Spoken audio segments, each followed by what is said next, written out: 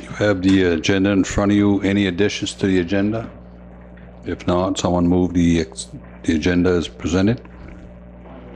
Do we have a seconder? All in favor? Contrary, nay. Thank you, gentlemen.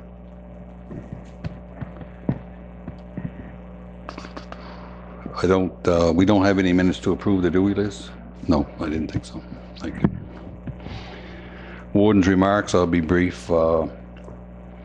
As you all know, the Cat Ferry's back in service for the summer, and a delegation went across last week and met with representatives from the city of Portland just to start a dialogue how we can improve different things. It was a round table, possibly sporting events, bringing teams over here, going there, coming here, promoting like Seafest in Portland, and likewise them promoting events that they'd be putting on, and just to improve business relationships, etc. So it was a start. It was good dialogue.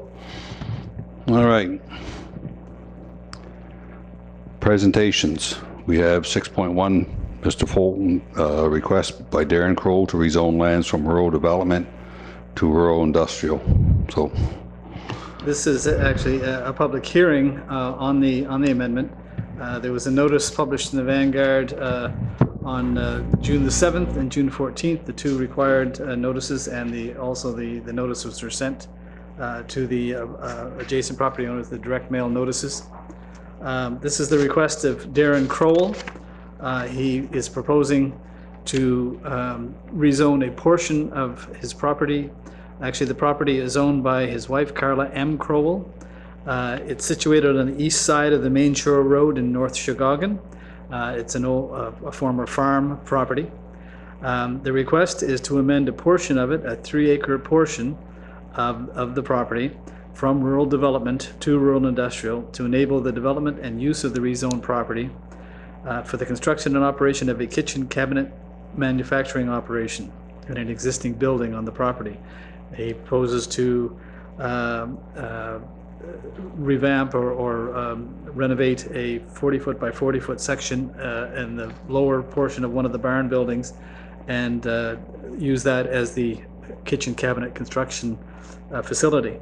He currently operates his business in the Domtex building in Yarmouth, and that, as we know, is closing, and he is relocating to this property in Shigaugan. The larger property, the entire property, is 27 acres. It's bounded on the north by residential property and vacant lands owned by the owner. On the east, it's bound by the Shigaugan River, and to the south, it's bound by residential properties. The Main Shore Road abuts the property on the west. The land slopes from northwest to southeast to the Shigaugan River. The land is cleared and consists of open pasture. The property contains 2 barn building structures and a silo in the northwest area adjacent to the Main Shore Road. There's a graveled yard area that lies to the west and north of the northern barn structure adjacent to the Main Shore Road. There's a roadway which runs between the 2 barn buildings, providing access to the yard area east of the southern barn building and to the remainder of the property. There's a small portion of the property which abuts the Shigaugan River, and it lies within the Shigaugan Marsh Dykelands zone.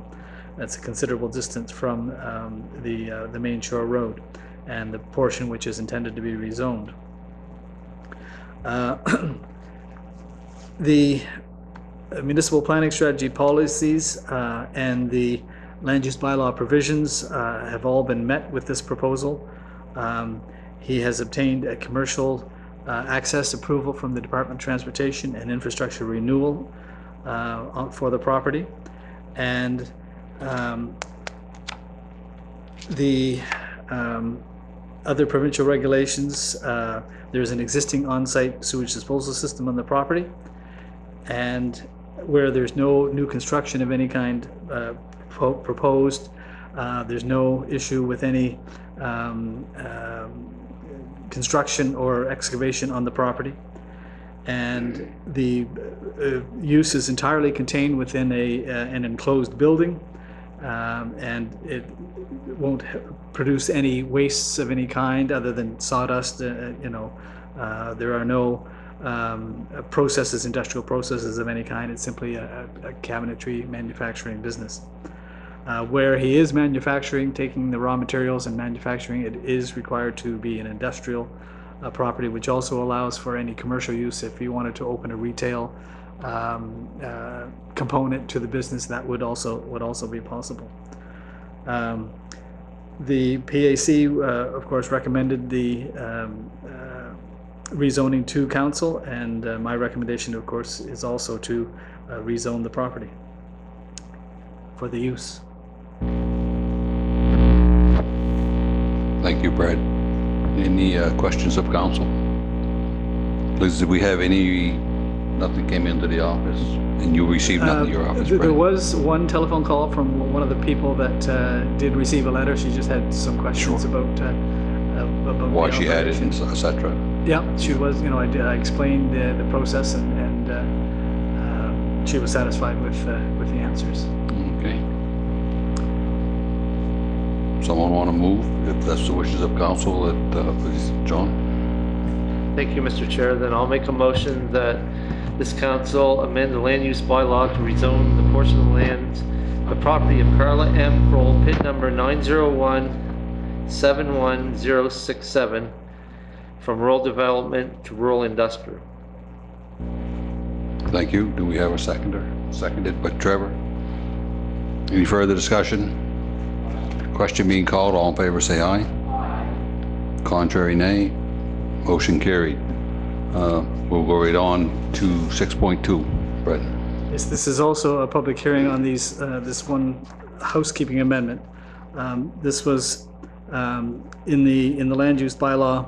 There is, in the municipal planning strategy, there are policies that deal with firstly industrial uses being able to be permitted on lots which are served by a right-of-way. For commercial, rural commercial, and commercial uses in the hamlets and in the Hebron-Dayton corridor, it is a requirement to have public road frontage. Commercial operations usually require or involve retail uses where there's public that come to the businesses to purchase materials, etc. So a public road access is a mandatory requirement for commercial. However, industrial, there are a number of industrial uses which could very well be undertaken on lots which are further away from the public highways, and so the policies are clear in the municipal planning strategy to allow for industrial uses on lots served by rights of way. However, the exact wording wasn't clear in the land use bylaw, so this is a housekeeping amendment to clear that up. Also, in the same vein, residential uses are also permitted on lots which are served by right of way. There's no requirement for public road frontage for single-family unit dwellings. So this housekeeping amendment clarifies that in the land use bylaw. We will add a waiver. It's proposed to add a waiver to the general provision which requires public road frontage in the industrial, rural industrial zone, and also to make an amendment to that definition, or pardon me, the general provision, frontage on a public road, a notwithstanding section which clarifies that single unit residential uses are permitted on lots which are served by rights of way.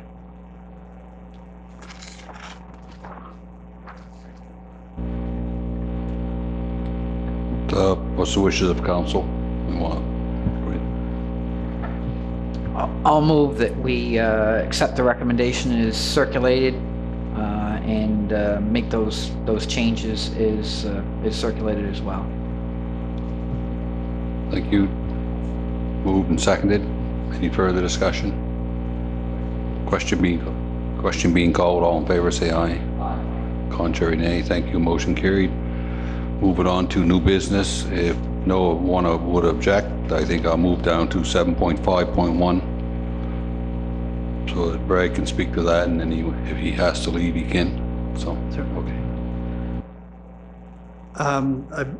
At last evening's Planning Advisory Committee meeting, the PAC, the Planning Advisory Committee, reviewed the application of Clarence Noonan. This is a request to rezone from a parcel of land, or an entire parcel of land on the Hard Scratch Road, on the west side of the Hard Scratch Road, from rural development to rural commercial. Mr. Noonan is proposing a cold storage facility, a storage rental facility. We had this confusion at the meeting last night. It's not a freezer. He's going to have these large containers, shipping containers, and he's going to use those as rental units. And he plans to fence the yard area and have some lighting and have a locked gate at the entrance. It's just north, if you know where the RV business is on the Hard Scratch Road. There's one small residence, and then 2 properties north is the property on the same side of the road. That's where this is. And the PAC did pass a motion to recommend to council to proceed to a public hearing. So if council so wishes, they could set a date at the next evening meeting of council for a public hearing on the request of Mr. Noonan.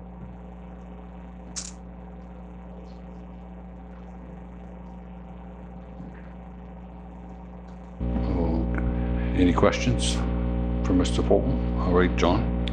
No, I'm going to move that council move forward to a public hearing to request to amend the land use bylaw to rezone the properties at PID number 901-35559 at the Hard Scratch Road from rural development to rural commercial at our next regular council meeting. Thank you. Do we have a seconder? All right, moved and seconded. Any further discussion? Question being called. All in favor, say aye. Contrary, nay. Motion carried. Thank you. And just for clarification, Liz did send me an email, and the council meeting has been changed from the 27th to the 20th, evening of the 20th. Just it's a week early, yeah. it's a week earlier, yeah. So we still have time for those Okay. notices. I just want to make sure. Good. Yeah. All right. Excellent. Is there Thank anything you. else, Mr. Warden? That would be. Thank you for coming in. Okay. All right, we'll go back to 7.1, advanced poll dates, Saturday, October 8th, and Tuesday, October 11th. So we need a motion to approve those 2 dates, and then they can go in the paper. Go ahead, Councillor. I'll move that the Municipality District of Yarmouth approve Saturday, October 8th and Tuesday, October 11th, 2016 as advance poll dates. Thank you. Do we have a seconder? Okay, moved and seconded. Any further discussion? Question being called. All in favor, say aye. Contrary, nay. Motion carried. Thank you. 7.2, you have your May development report. If there's no questions on that, someone move the acceptance of the report. Councillor Churchill. I move the approval of the May development report. Thank you. Moved and seconded. Any further discussion? Hearing none. All in favor, say aye. Contrary, nay. Thank you.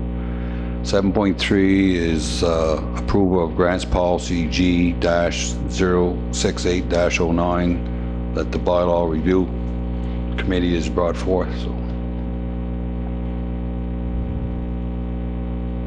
you've all had a chance to go through that, or are you in the process of it?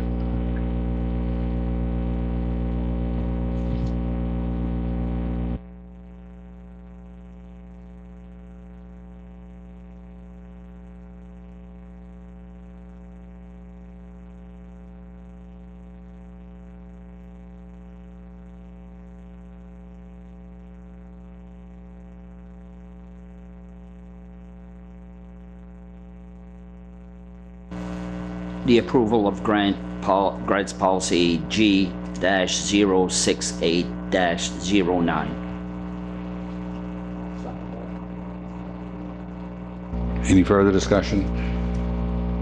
Question being called. All in favor, say aye. Aye.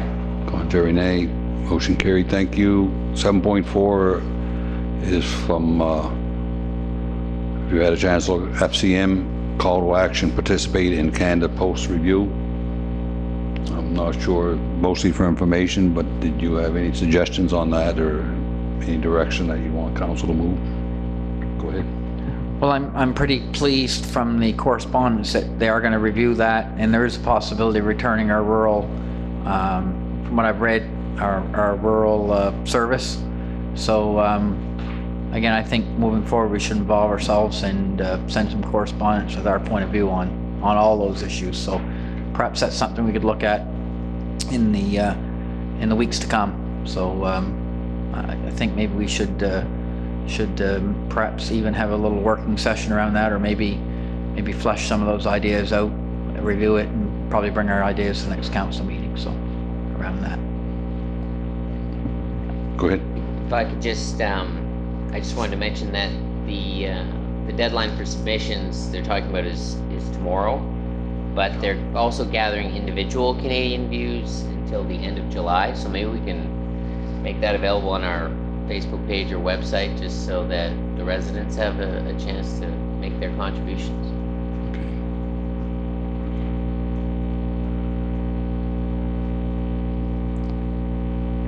I wonder how, would it be wise for us to maybe put an ad in the paper just telling our residents that, and give them that link?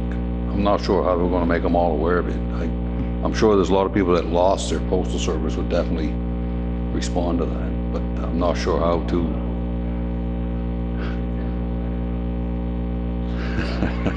Yeah, no pun intended, right? I don't know.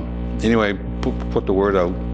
And anybody that's watching this meeting on the YouTube will be aware of it. I'm not sure how else we could promote that. So, okay. Councillor. It may be wise to forward this communication to local news media, so they can be aware of it. They may want to actually write a story about the whole process, because they have reported on it previously. So where to forward that to, like, the Vanguard and so forth, I'm sure that they'd appreciate that. Right, but could we maybe get a hold of Tina, come over, somebody? Okay. Yes. Good. All right, we'll make the Vanguard aware of it. Maybe they'll do a short article with the link where they can send that. Okay, bringing us down to 8 reports. You have your committee reports there. Any of them stand out?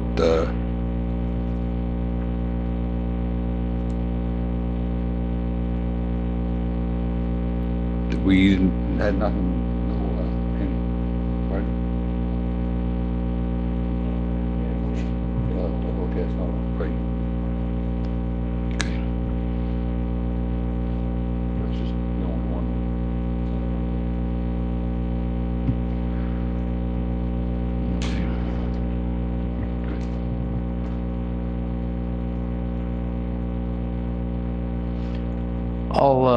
I'll move that we accept the tendered offer of Nickerson Jacquard.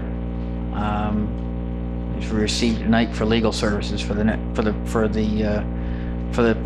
remain for the Is that a 1 year or 3 year? 1 year contract. Okay. Yeah. For the 1 year, yes. No. It's going to be more than 1 year. But do we have okay, so there's no term for this, so maybe we want to make a term on it, or look, I just say you in the future we'll talk about this and set it up. So most of our stuff is, some is yearly, some is every 3 years. So okay.